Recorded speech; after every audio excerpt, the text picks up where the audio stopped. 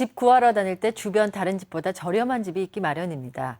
그러나 그냥 싼 집은 없죠. 이유가 분명히 있습니다. 네, 전세가 당장 시세보다 저렴한 가격에 혹 하게 되지만은 왜 그런지 꼼꼼히 따져봐야 합니다. 덜컥 잘못 계약했다가 큰 피해를 입을 수도 있습니다. 지난 2009년 서울 송파구 가락동 전용 103제곱미터 아파트에 전세로 들어간 윤모 씨. 그는 전세 보증금 1억 6천만 원을 몽땅 날릴 처지에 놓였습니다. 집주인이 은행 대출금 이자를 계속 연체하면서 집이 경매에 넘어가 버렸기 때문인데요.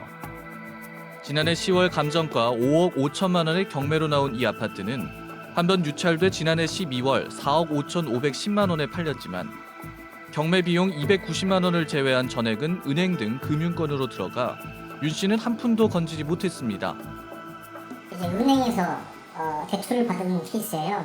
그리고 그 뒤로 이제 캐피탈 업체에서 한 번 더 대출을 받았고, 이번에 이게 임차인 같은 경우에는 그 뒤에 이제 전입 신고가 된 겁니다.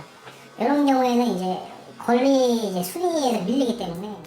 이처럼 부동산 시장 침체 장기화로 주택이 경매에 나오는 사례가 늘면서 세입자들의 피해가 급증하고 있습니다. 지난해 수도권에서 경매로 팔린 주택 13,694건 가운데 임차인이 보증금을 제대로 돌려받지 못한 사례는 5,804건에 달했고, 아직 최종 결과가 나오지 않은 지난해 연말 물량까지 추가하면 보증금을 떼인 물건 수는 7,000건에 육박할 것으로 예상되고 있습니다. 근데 전반적으로 그 경기 침체가 장기화되면서 집값이 계속 추가 하락 중에 있기 때문에 전세를 들어갈 당시와 달리 현재 뭐 대출이 들어있는 경우에는 더더욱 대출금과 전세 보증금을 합한 금액이 이미 집값을 넘어버린. 특히 2007년 최고 가격 대비 반값 아파트가 속출하고 있는 용인, 파주 등에선 집 살 때 돈을 빌려준 은행들마저 대출금 회수가 제대로 이루어지지 않는 상황. 때문에 대출을 낀 집에 사는 세입자들의 보증금 손실 가능성은 갈수록 커지고 있는데요.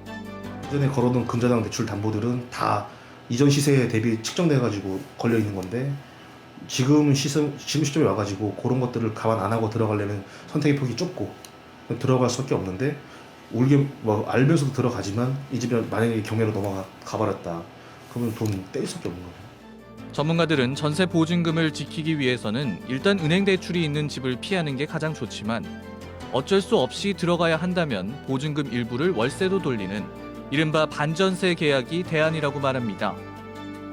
또한 등기부 등본을 확인하는 것은 기본 중에 기본인데요.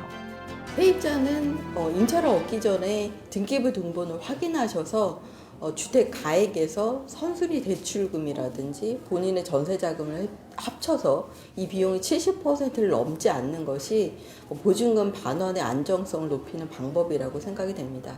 입주 이후에는 반드시 주민센터에 가서 전입신고를 하고 임대차 계약서에 확정 일자를 받는 것도 잊지 말아야 하겠습니다.